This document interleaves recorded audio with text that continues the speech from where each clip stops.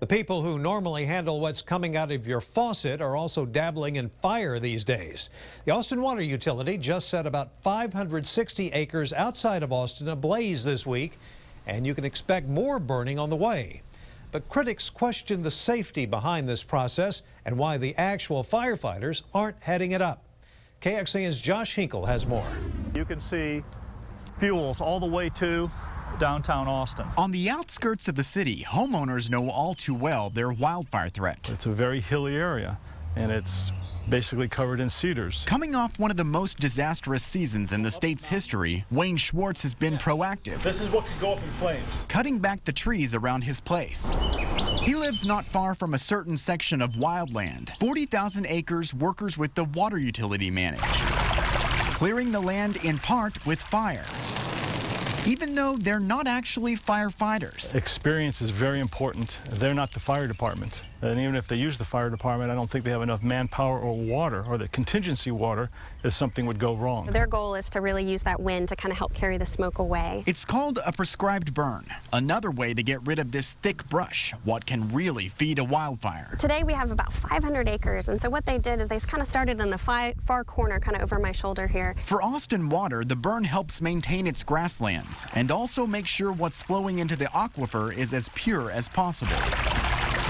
It's been 2 years since crews have even been able to think about setting a prescribed fire. Our dry conditions during the drought have made it too risky. This site in North Hays County is on the lower edge of AWU's land. The county just lifted its burn ban, and as other areas follow suit, you can expect to see AWU start to set more fires like this in the future. Over the past decade, the Austin Water Utility has torched 5,500 acres during 29 prescribed burns. But the Austin Fire Department helped out less than half of those times. Records show 13 to be exact. An Austin firefighter should be there to put it out, to make sure it's unsafe, to make sure we have the right people on scene, to make sure it doesn't get out of control. The Austin Firefighters Association says what the water utility is doing might be too dangerous right now. If the prescription calls for 10 firefighters to put it out, there needs to be 10 Austin firefighters there. This week's burn had 30 crew members, but only 9 were with AFD. When they light that fire, there's Austin firefighters on the ground working as hand crews, so we're helping to manage that fire as it's burning and keeping it within the control lines. Still, the Firefighters Association has concerns with those numbers. So now both the water and fire departments are hammering out safety guidelines for upcoming burns. A memorandum of understanding between the two departments so we can formalize roles and responsibilities. Our job is not firefighting. We're not firefighters, we're land managers, and we use prescribed burning for management. In recent years, that meant spending at least $175,000 for brush trucks, ATVs, run a little strip right through here, drip torches, and other gear.